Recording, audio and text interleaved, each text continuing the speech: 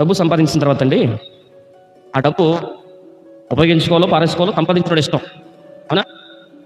ఈ మధ్యన ఏమవుతుందంటే క్రైస్తవుల మీద ఎక్కువగా జరుగుతున్న బురద ఏంటంటే దశంభాగాల గురించి. ఎవరు బురద జరుగుతున్నారనంటే క్రైస్తవేతరులు, హిందువుల ముసుగులో ఉన్న మతోన్మాదులు.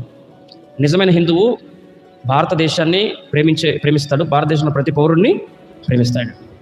ఈ మధ్యన హిందువుల ముసుగులో ఉన్న మతోన్మాదులు బయలుదేరారు.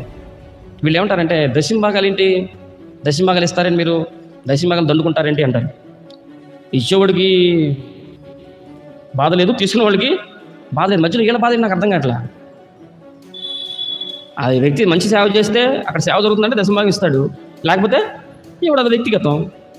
ఒకవేళ ఈ ఆలోచన ఏది లేకుండా ఒకవేళ డబ్బులు ఇచ్చినా, అరే ఇది దేవుడు సొమ్మని, వాళ్ళు కష్టపడి సేవ చేసేవాళ్ళు దేవుడు సొమ్ము కాబట్టి దేవుడు ఖర్చు పెట్టాలని సేవ చేస్తే చేస్తారు, లేదు సొంతారు. అన్నిటికీ తీర్పు ఇచ్చే దేవుడు ఒక ఆయన ఉన్నాడు కదా.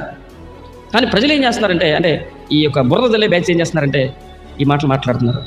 నేను ఒక మాట చెప్పాలనుకుంటున్నాను. ఎందుకంటే భారతదేశంలో పాపం ఎక్కువ ఉంది.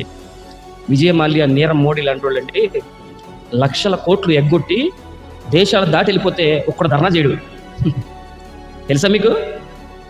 నీరవ్ మోడీ, విజయ్ మాల్యా వీళ్ళు లక్షల కోట్లు ఎగ్గొట్టి ప్రభుత్వాల బ్యాంకుల దగ్గర నుంచి తీసుకున్న సొమ్ము ఎగ్గొట్టి దేశాలు దాటి వెళ్ళిపోయి విలాసవంతంగా బ్రతుకుతుంటే ఒక్కడు యాక్షన్ తీసుకోడు, ఒక్క ప్రభుత్వం యాక్షన్ తీసుకోదు. ఈ దశంభాగాల గురించి మాట్లాడే క్రైస్తవేత్తలు కూడా పట్టించుకోరు. కానీ క్రైస్తవం మీద దుమ్మెత్తుకు వస్తూ ఉంటారు. నాకు ఆశ్చర్యం కలుగుతూ ఉంటుంది. పట్టించుకోవాల్సింది ఏది? తీసుకునేవాడికి లేదు, ఇచ్చేవాడికి లేదు. వీళ్ళకి ఎందుకు బాధ? ఇచ్చేవాడు సరిగ్గా ఇస్తే దీవెనలు ఉంటాయి, తీసుకున్నవాడు సరిగ్గా ఖర్చు చేస్తే అతను కూడా ఆశీర్వాదాలు ఉంటాయి. మధ్యలో వీళ్ళకి సమస్య అంటే దేశంలో ఏమైందంటే పాపం పెరిగింది. పట్టించుకోవాల్సినట్టు పట్టించుకోరు, ఖండించాల్సినట్టు ఖండించరు.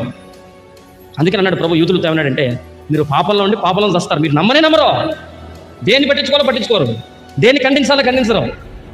మీరు పాపంలో ఉండి పాపంలోనే చనిపోతారు. కానీ యేసుక్రీస్తునందు విశ్వాసం ఉంచిన వాడికి జ్ఞానం ఇస్తాడు దేవుడు. యేసుక్రీస్తునందు విశ్వాసం ఉంచిన వాడికి వివేచన ఇస్తాడు. వేటిని పట్టించుకోవాలో వాటిని పట్టించుకుంటాం, వేటిని ఖండించాలో వాటినే ఖండిస్తాం.